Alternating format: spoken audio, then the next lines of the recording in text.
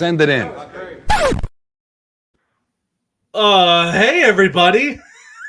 Welcome to episode 8 of the Puckett Send It In podcast, a rather impromptu episode of the show, but it's been a while since our last episode where we previewed the Florida-Boston series. I'm Jake Gibson, joined alongside my friend and co-host Alex Krutchik. And Alex, we've had some busy weeks of our own. I was in the city of Los Angeles, and you were busy covering the Miami Marlins, so haven't had a lot of opportunities to meet up and record some episodes earlier in the series, but the vibes are good. The vibes are just as good as they were before we closed out the Tampa Bay series, where Florida has a 3-1 series lead over Boston after winning today by a score of 3-2 and getting out of Boston through all the controversy, throughout all of the storylines.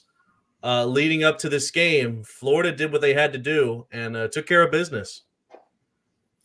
The Panthers, well, I'll tell you what the problem was with the Bruins, and we'll get more into this in a bit. The Bruins were trying to do a little bit of wrestling while the Panthers were trying to win a hockey game.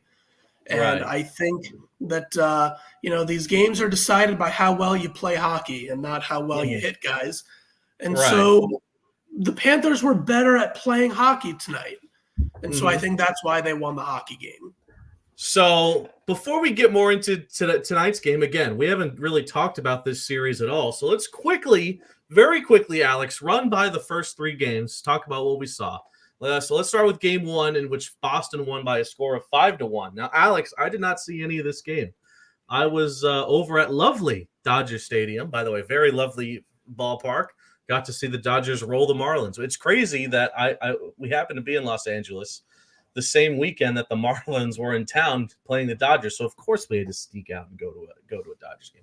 Now at that time, I believe Tkachuk scored the first goal in that game, but Boston scored 5 unanswered.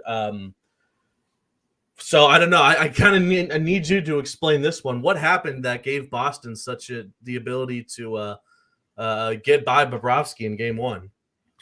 Yeah, it was a very weird, uncharacteristic night from the Panthers, specifically their defense, more specifically their top 2 defensemen in Gustav Forsling and Aaron Ekblad, yes, who were, and I mentioned this in one of my articles that went up on the site a few days ago, in the first round of the playoffs, they were the second best defensive pairing in terms of goals allowed per 60 minutes in the playoffs.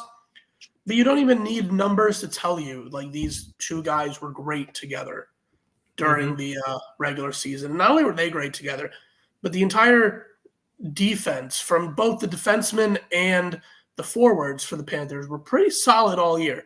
For some reason, during game 1, it seemed like, I don't know, I'm not saying that this is what actually happened, but what it seemed like was that guys weren't totally locked in. Guys didn't seem to know where their positioning was supposed to be. At one point, Anton Lundell passed the puck like 5 feet away to one of his teammates and didn't seem to notice that a Boston Bruins player was leaving the penalty box at that exact time, and it got picked off and almost got past Bob. It was a breakaway by Justin Brazeau. Justin Brazeau had just come out of the penalty box. Lundell is right next to the penalty box, doesn't seem to realize that Brazeau is about to come out of the penalty box, passes it pretty much directly to Brazeau's stick, and then he goes down and almost scores if it wasn't for Bobrovsky's kick save. And Forsling and Ekblad, it seemed like every time a goal was scored, it was directly the result of a miscue by Forsling or Ekblad. Ekblad had 2 giveaways, and one of those led directly to a goal. Sorry, not just 2 giveaways. 2 giveaways in their own defensive zone. It's just a really weird night, and we'll talk about game 2 and 3. But before we move on from game 1, a lot of people were wondering, well, which version of the Panthers is the real Panthers? Is it the one that showed up game 1 or the one that showed up game 2 and scored 6 goals on the Bruins? The real Panthers were always the ones that were showing up game 2, because how many times did you see the Panthers play the way they did in game 1? No, very, very, very little. Game 2. Now, I got to see the third period of game 2. That was when I was on the plane heading back from LAX to MIA. By the way, when I was on the plane ride to Los Angeles, we didn't have Wi-Fi, but they let us like watch live TV, which I thought was neat. I got to see Vancouver eliminate Nashville on that day, and I got to see Vegas force a Game 7 against Dallas, so that was fun.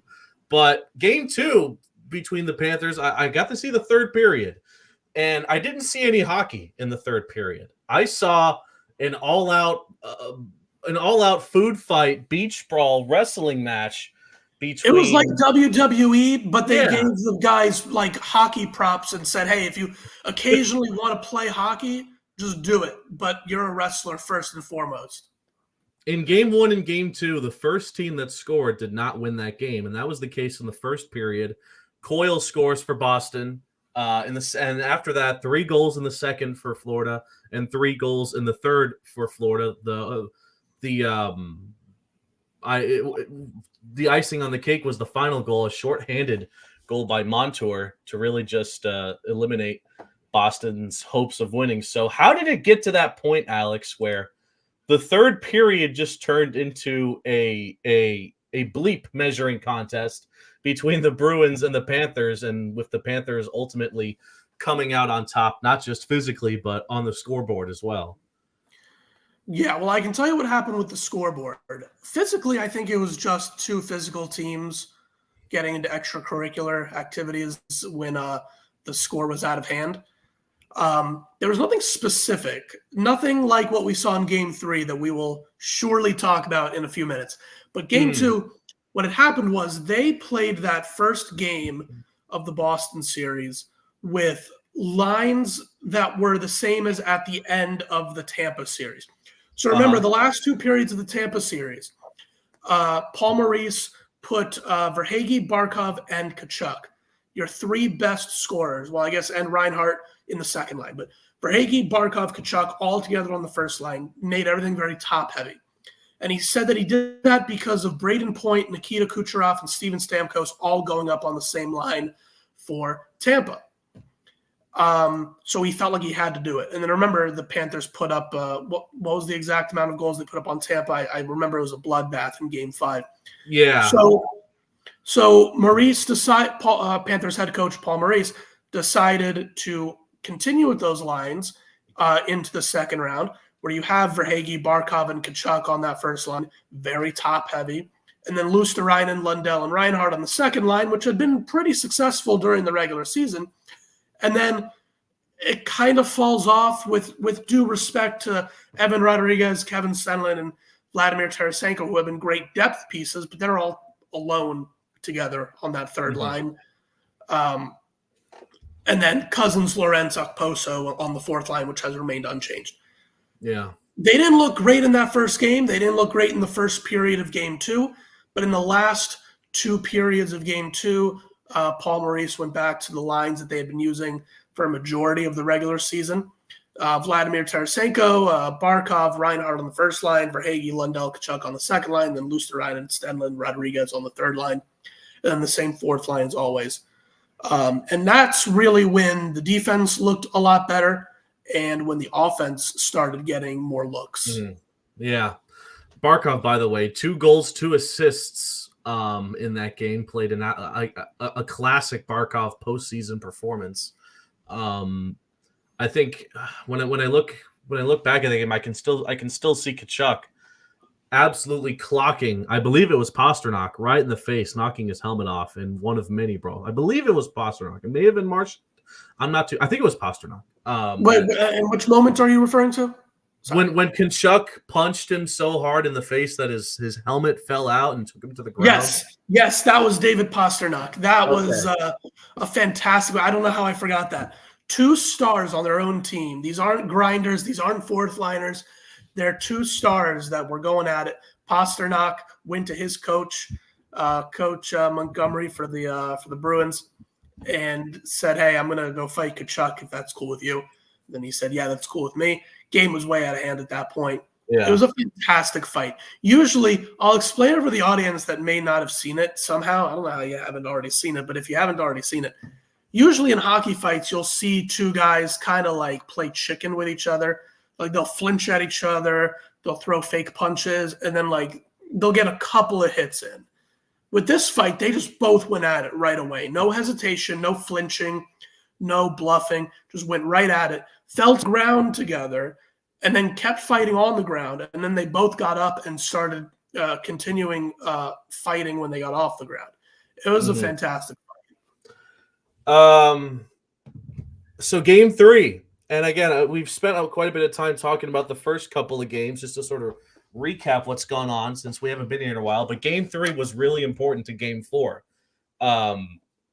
Again, Florida back-to-back games scoring 6 goals on Boston. You love to see it. 6-2 in game 3. Let's just talk about what the whole nation has been talking about, right? It was Sam Bennett's hit on Marchand to the head. It originally just looked like your standard run-of-the-mill hit until we saw. And by the way, I don't know why they hid this camera angle for as long as they did, but I saw it in pregame, and I know you did too, Alex, of Bennett literally clocking Marchand in the face. I forget, was it as he was coming out of the game to go back to the bench? I don't remember the exact context of the hit, but it was Marchand did not return to that game in the third period, and he was not in today's game either. So I just want to know your take, Alex, on that hit from Bennett. Obviously, playoff hockey is going to be playoff hockey, and we know how crazy of a man Bennett is in these situations, but I thought for the longest time people were overreacting on the hit until I saw that camera angle that they showed literally like maybe 10, 20 minutes before tonight's game, and it really did look like Bennett laid it on Marchand directly with his fist. Yeah. The reverse angle definitely changed my opinion on it. I still don't think it was as bad as what people are making it out to be. Just because the context of it is, remember, Marchand was running up to Bennett a good 2 seconds after Bennett got rid of the puck. Yeah. If Marchand had laid that hit on Bennett successfully, it would have been a very late dirty hit. Yes. So it was just two guys laying dirty hits on each other. Shouldn't have happened. You know, I'm upset that Marchand has a concussion. I would have loved to see him in this series because I respect him as a player and also just as a human being. I want someone to have a concussion. But Bennett was just reacting in a possibly dirty way to a dirty hit that was about to happen to him. So fair game. Fair game. Yeah. So aside from the hit, everything, that was another game where everything just kind of went Florida's way. Aside from those 2 goals given up in the early window of the third period, Florida played like a near flawless hockey game in game 3. There's really not much to talk about that they did negatively. They only committed 2 penalties, I believe. Yeah. They only committed 2 penalties. Shots wise, again, they just about they almost doubled Boston's total shots in game 3. They were, again, it was a physical game, not as physical as game 2, but there were a few altercations in that game, obviously the biggest being that hit from Bennett. Aside from that, just some beautiful hockey played by Florida in game 3. I don't know a whole lot needs to be said about that. Alex, if you have anything to add on game 3 before we finally dive into game 4. Yeah, game 3 was just a very good game by Florida. I thought that it was so important because, like I alluded to before, people were wondering after game 2, well, which Panthers team is the real Panthers? Is it the team that got blown out in the first game, or is it the team that blew out Boston in the second game? I thought it was so important to go up to Boston, especially because, remember, Boston took care of business in Sunrise. Even though Boston lost that second game in embarrassing fashion, Boston got home ice advantage back by winning a game in Sunrise. Florida gets it right back by winning a game in Boston. So I thought that that really set the tone for the rest of the series by going to Boston and winning a game. Because again, you have to give Boston props. They did what they had to do in Sunrise in games 1 and 2. They took 1, right? You need to at least take 1 on the road. That's what Boston did, and granted, they did. So good for them. Exactly. But The embarrassing blowout for Boston, it makes people forget that like Boston was successful in Sunrise. mhm. Yeah, no, absolutely. So let's finally talk about Game 4 and the first 3 games in the series. Blowout, blowout, blowout. That was not the case in this game. It was the most back and forth game of the entire series. I thought it was also Boston's best overall game that they played since Game 1, and it still wasn't enough. As I'm quote tweeting Jameson Olive, who just dropped this only a few minutes ago. Actually, it was like 20 minutes ago, but I just saw it and I wanted to share it. Maybe the story of the game, if you will, in that third period. The Panthers held Boston to just 2 shots on goal, 8 shot attempts overall in the third period. Crunch time for Boston. Down 3-2.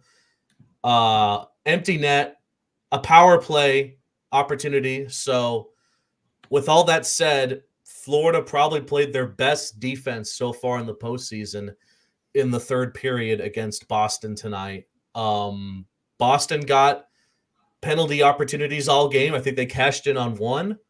Florida got some power play opportunities as well. They cashed in on one.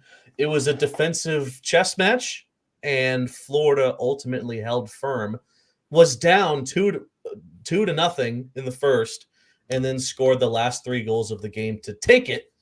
And in what was absolutely, I think, the best defensive performance by Florida in this postseason. Yeah.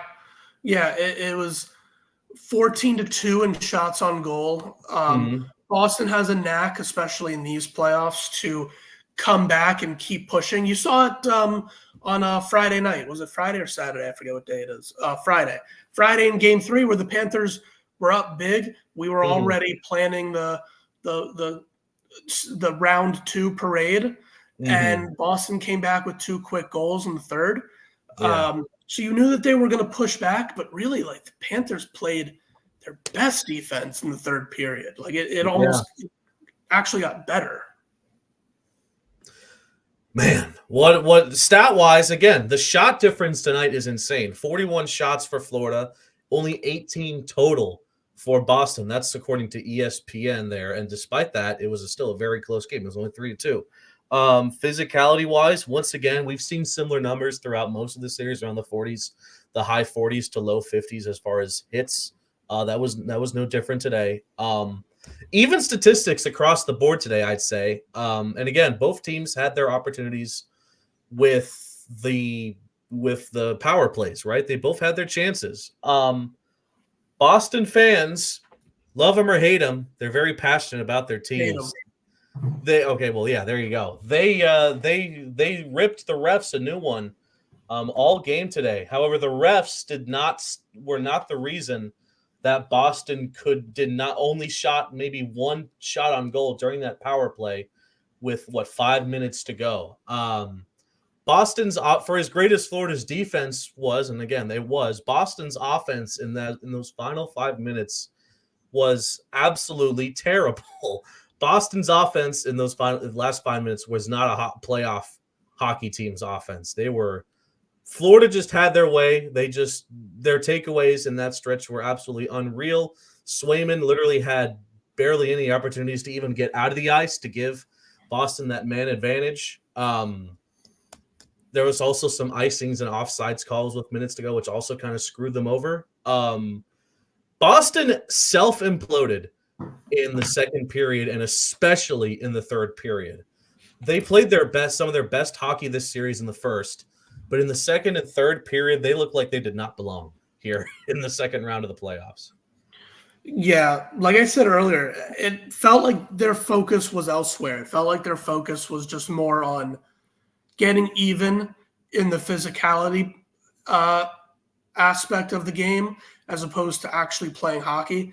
I don't even think the Bruins played sloppy hockey. Like, I don't think they played poorly, but they certainly could have played better. And yeah, Panthers considering the circumstances, that's what makes it the most surprising. It's not like they have a series leading and just goof around. They were down 2-1. Now they're down 3-1. And I'm very surprised at Jim Montgomery this series. I don't know what's going on behind closed doors, But I know that during media availability, all he can talk about is Sam Bennett, Sam Bennett, Sam Bennett, and all these hits. And I really hope for Boston's sake, and I'm sure that it is. I'm not going to accuse him of not being a good coach because he's obviously a good coach. But for Boston's sake, I really hope that behind the scenes they're focusing on more things than just being able to even up the physicality here.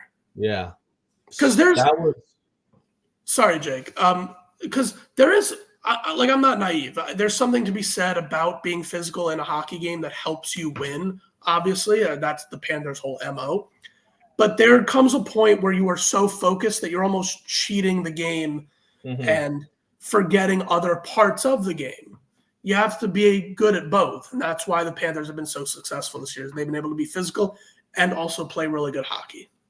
Boston kind of opened the door to this game in the first period, in the first couple of minutes. I don't remember. Maybe you can tell me, Alex, who delivered that hit on Reinhart to sort of open up the game and open up, like sending a message.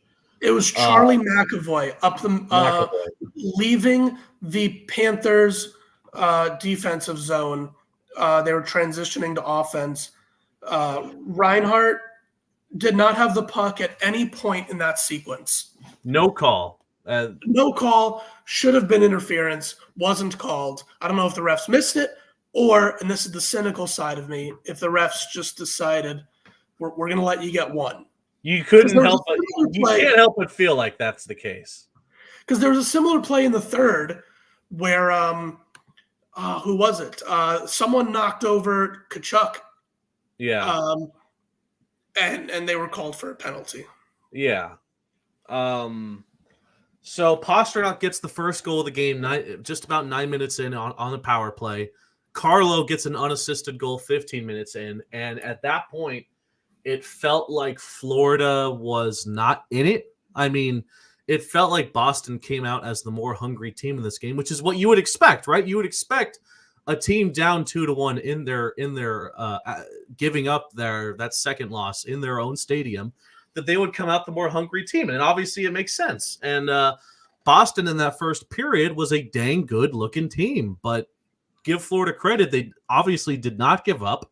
They got a lot of shots on Swayman in the fading minutes of the first period. And that carried over to the second, where Lundell got his first postseason goal 14 minutes in. So yeah, I had mentioned this earlier. Boston in the first period was the best looking Boston team since game one, and that was a long time ago, Alex. But Florida's ability to rally, they're called the comeback cats for the reason. These are the situations that I know Coach Maurice and this team likes to thrive in, being the underdogs, being down, no one really giving you a chance, especially with all the stupid storylines revolving Bennett and that hit in game one. Marchand being out, obviously it felt like maybe that would limit Boston's both offensive and defensive capabilities, but that wasn't the case in the first. Yeah. And on top of that, I was wondering, Jake, what your opinion was on the non-call on the goalie interference that a lot of people seem to want. I know. So from the replays, it looked pretty cut and dry. Bennett, we're talking about the power play goal, Bennett in the third, right? Yes. Bennett pushed the Boston player into Swayman. I felt like that was clear as day on the replay. The referees spent a lot of time looking at that. They spent like 3, 4, 5 minutes. I'm guessing the ultimate decision the decision they made was that even with that push, I think it's a blatant push that Bennett pushed that Boston player into Swayman. Swayman was so far away from the action from where Bennett was that even with the push, Swayman was in no way ready to make that save, regardless of if that Boston player was there or not, because Swayman was on the far left side of the net. Bennett was right there on the far right with an easy tip in. So I'm assuming that's what the referees decided, to leave that goal on the board. And yeah, just like that. Was that the goal Boston challenged? That was the one they actually challenged, right? And they lost it. Yes. So yeah, I feel like it could have gone either way, honestly. I was especially because it's in Boston. I was ready for them to take it away. I was ready. And the NHL rulebook, so here's what it says, and it agrees with what you just, based on your recollection of the events, which is exactly what happened, it does seem like it should have been called back. If a defending player has been pushed, shoved, or fouled by an attacking player, Sam Bennett, so as to cause the defending player to come into contact with his own goalkeeper, such contact shall be deemed contact initiated by the attacking player, blah, blah, blah, blah, blah. If a goal is scored, it would be disallowed, and if necessary, a penalty would be assessed. So it does say that based on what happened, the goal should have been disallowed. Mm-hmm. They were talking in the Toronto studio for TNT. Okay. Their explanation or their theory was that the league would have to admit that they missed the cross-check that Bennett laid on that defender in the crease. Yeah. And they didn't want to do that. In order to, if they had said, oh, that's no goal because there was goaltender interference, well, how did the interference happen? Because Bennett committed a cross-check. They can't reverse the no call on the cross-check, though. That's not part of the review. They would have to basically say no cross-check, but there was interference, and they would have been in a sticky situation trying to admit that they messed up. So that was the situation they had to keep themselves out of. And that's just the theory that the Toronto studio guys have, but who knows? I know the NBA after a game, the player, I think it's the Players Association or whatever of the NBA will go on social media and record in detail missed calls or missed fouls or blah blah blah at the end of a game, usually like 24 hours after that game. I'm wondering if the NHL does the same thing and if they will do it regarding that ruling, because obviously it was a massive part of the game. It was the equalizer for Florida, and it turned things around in the third period. It really got Florida going, and less than 4 minutes later, Barkov would score the eventual game winner. So it's a massive point in the game. Obviously, it's going to be scrutinized by a lot of people wearing black and yellow sweaters. It's going to be something for them to complain about.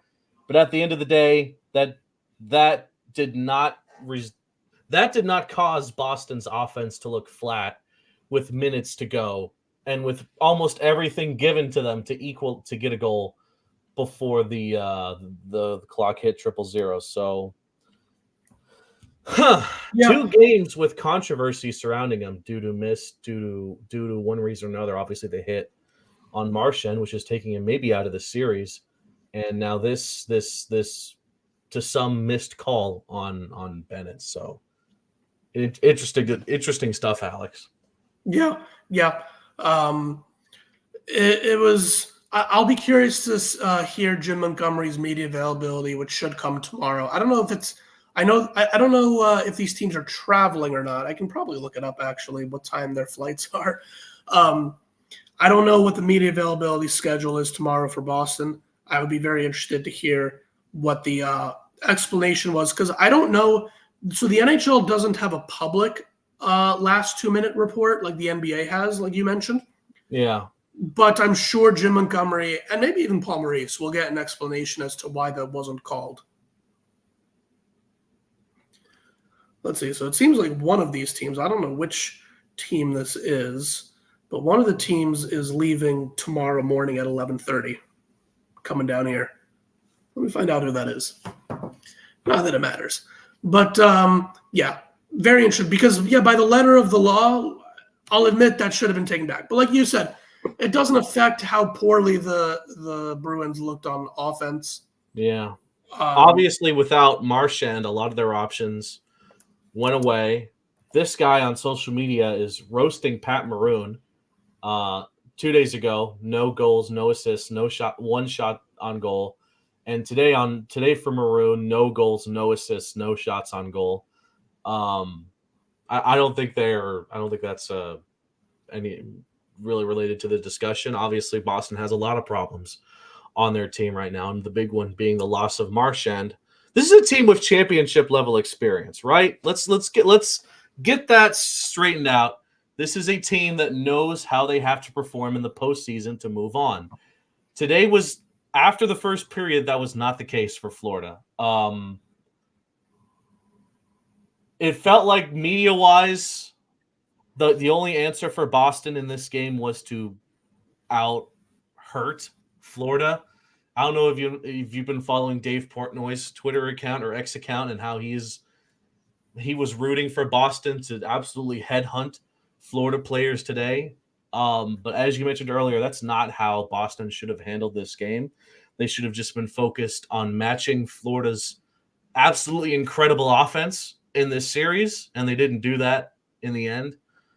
That third period was that was just a confusing third period between the Panthers and the Bruins tonight, but obviously it ultimately went Florida's way. So with that said, Florida, who again prides themselves on being road warriors among the comeback cats, they did their job. What is it? Is this the 8th or the 9th straight win at TD Garden in the postseason for the Panthers? I believe it's the 8th or 9th. Yeah, they just can't stop winning at that place. It's so weird. It's such a hard place to win. Everyone's intimidated by it except for the Panthers. I don't know what's going on there, but I hope they keep riding that. They just don't give a damn, you know? I mean, to be fair, Florida's record on the road was already really great prior to this series. And obviously, if you're a championship winning team or a championship caliber team, you have to know how to perform your best on the road when everyone's against you, especially with this very nasty Bruins crowd that's not afraid to throw trash on the ice when things don't go their way. So yeah. So game 5 is on Tuesday, I think 7:00. Florida can close out the series at home, have their second straight gentleman sweep in the postseason. I look at Florida leading the series 3-1, and I keep thinking about last year when the Bruins were up 3-1 against Florida and how the Bruins blew away a 3-1 series lead. An instant thought came to my head. Could the same thing happen to the Panthers? But I don't think Florida is – obviously no one thinks that their team could blow a 3-1 series lead in the postseason. But I don't think Florida is going to do that. I don't know if they're going to win Game 5 or not. I think they absolutely could. I don't know if they will, but I can't see them blowing this. I think that one way or the other, Florida has enough depth. They are relatively healthy. I know Sam Reinhart took a puck to the chin in this game. Did not play, I think, most of not all of the third period. Yeah, didn't play the rest. I think he'll be fine though. Yeah, he'll be fine. Yeah, he'll be fine. I'm gonna. By the way, nice to see that Florida scored goals and won this game without the aid of obviously one of their best players in Sam Reinhart. Obviously means so much to this team and Florida then the fact that Florida was able to win even with that player sidelined due to who was it? Was it Ekblad that sent an absolute rocket at him? Yeah, I think it was. That hit his chin. Apparently it split it open. Blood was all around the ice near Swayman's neck. Yeah. So I'm hoping that it was just stitching. Just needed some stitches on it. That's what I'm hoping for. I'm sure we'll find out more tomorrow. Reinhart was, quote, bleeding a bucket, quote, after getting hit by a puck, according to Coach Maurice. But he said that he's fine for he's got such a way with words. I love Coach Maurice. He just says the strangest things sometimes. He's like Mike McDaniel. Sometimes you kind of leave your head scratching. Yeah, South Florida's got some good coaches, man. Yeah. Obviously, I don't know the situation over in Little Havana. With what situation? Everything's going great. We won today. Oh, we won today. We're all getting Marlins won a game today. Walk-off fashion. Emmanuel Rivera. Regardless, obviously you have Spo. Obviously, he's become a South Florida icon for his continued success. You have Mike McDaniel, 2 straight years in the playoffs. A great personality.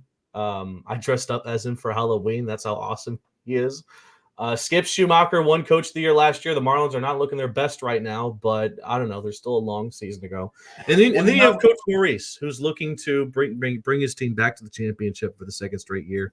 And if his team continues to look how they look, then they have a good shot at that. Obviously, they're going to have to get by, again, assuming the unbelievable happens and they don't give up the series to Boston, which honestly, I don't know about you, Alex, but I feel another gentleman's sweep coming on in Game 5. I don't know, especially after how they lost this game. I just don't know how much left Boston has in the tank for Game 5. You just don't believe in jinxes, do you? Look, are you the person that chants "We want the cup" like Game 2 of Round 1? I mean, who doesn't want the cup Game 2 round? I do want the cup. But I'm too scared. I'm a scared guy. You're braver than me. I called Cats in 5 over Tampa. I believe I picked Cats in 6 against Boston. So that could change, but I don't know. Like I said, Alex, I just don't know how much Boston has left in the tank after this demoralizing game. This was way more demoralizing than either Game 2 or 3 because it was the game that Boston should have won, and they just didn't. Yeah. So let's look around the NHL real quick. By the way, I almost forgot they did release the 3 stars. Bobrovsky with the 3 stars, 16 saves. Swayman, I love the fact that both goalies get stars. 38 saves for Swayman, and then Barkov with the first star for that goal, and just being Barkov. So, alrighty then, let's take a look around the NHL real quick. This past Friday, the Oilers defeated the Canucks in overtime by a score of 4-3. That series is tied up 1-1. I believe Game 2 is tonight, or I'm sorry, Game 3 is tonight. I may have already started. I'm not too sure. Yesterday, facing elimination, the Hurricanes gave it their all, defeated the New York Rangers by a score of 4-3, forcing a Game 5 for them. Again, I don't think the Rangers are the kind of team that would blow a 3-1 series lead, but we shall see. Yeah, the more games that Carolina wins, the better. Make New York sweat a little bit before hopefully the Panthers play them in round 3. Hopefully the Rangers are a little sweat out by then. And again, that would be so New York would host Game 1 and 2. Florida would host Games 3 and 4 and so on. Also last night, Dallas put the hurting on Colorado. They lead the series 2-1 after winning 4-1 last night. So as it stands, your series leaders in the postseason, there is no leader between Edmonton and Vancouver. Dallas leads 2-1 in the series over Colorado. New York leads 3-1 over Carolina, and same thing with Florida, having a 3-1 series lead over Boston. So I still don't think we know the extent of Marchand's injury. They've been kind of cryptic about it, but if he doesn't play in Game 5, I just don't know how. I could see Florida, and again, we're Florida. We cover the Panthers. We're homers in the business, but I just don't see how Florida can go back to Sunrise. It's obviously going to be packed. Lots of Florida fans. We weren't at Games 1 or 2. I don't know how many Boston fans made the trip to Games 1 and 2 in Sunrise. I don't know if it was like Tampa, where there just wasn't really that many opposing teams' fans, but it's going to be rocking. I really like Florida's chances of closing the series out on Tuesday, which would be very lovely. Give Florida potentially some rest if Carolina can keep tugging away at New York's lead in the series. By the way, Canucks are leading 2-1 over Edmonton. 4 minutes left to go in the first period. That game's over on TBS. So after this, if you want to watch some more hockey, that's where you'll find it. Final thoughts on this game, Alex? I can only imagine how your typical Bostonian Beantown fan must be feeling right now, having victory snatched away like that, and losing 2 back-to-back games at the TD Garden by this Panthers team that just knows how to do it. Yeah, it was. I kind of alluded to this before. It just speaks to leadership in the room, not just from Paul Maurice, but also just the captains in that room, that the Panthers can play both aggressive and also focus on playing good hockey. It's because it's not like, oh, the Bruins are aggressive, but the Panthers are finesse. Like, no, the Panthers are also really aggressive and almost just barely dirty. Like, not dirty, but just before you get to that point. Yeah. And they still play great, disciplined hockey. And that is so impressive. Oh, we never did CAT scan. Let's do CAT scan real quick, Alex. Your look at the player of the day for the Panthers, and I think let's talk about the scrutinized man, being Sam Bennett. Benny, they had alluded to it in the TNT studio. By the way, what are your thoughts on the TNT studio? Paul, Biz, all those guys. I don't know. Sometimes I like him. Sometimes I don't like him. He's good on the broadcast. I don't know if I love his social media presence, but on the broadcast, I think it's good. I just like TNT just in general. I loved the crossovers that they had between the NBA crew and the NHL crew last year. I thought that was great. Yeah. Where's Wayne been throughout all of this, by the way? I know Gretzky was on last year. No, he's been around. He's been around. I haven't seen him in a pregame show yet. At least I'm forgetting now if I've seen him on a pregame show either. I'm forgetting my timeline of events, but I know he's been on. Okay, well, good to know. I still miss Paul. I still miss Steve and Randy. I wish we could listen to them in one way, shape, or form. Okay, so let's get back on track. Sam Bennett. Every time he had the puck today, Alex, the Boston fans just kept booing at him. It reminded me of that first game when LeBron, after coming to the Heat, went back to Cleveland for the first time, and they kept booing him every time he touched the ball. And LeBron still absolutely cooked Cleveland that game.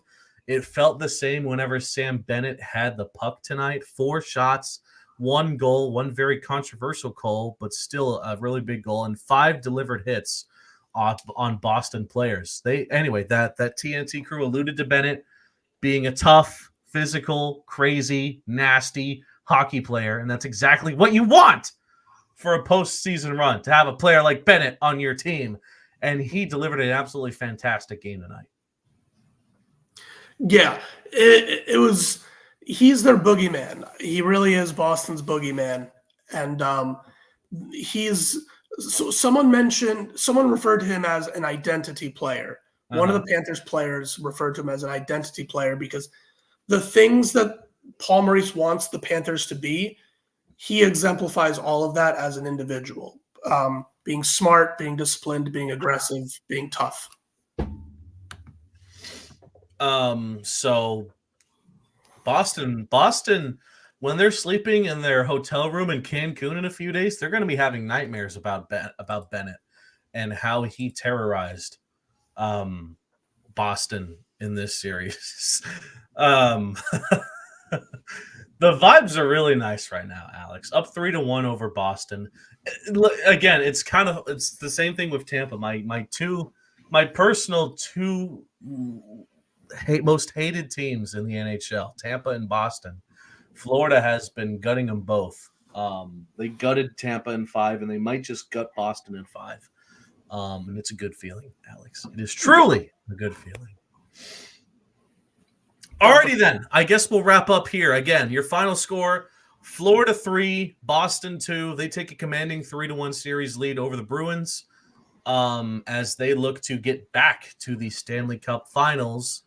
They'll have to, if they do advance on Tuesday, they will likely take on the New York Rangers in the Eastern Conference Final.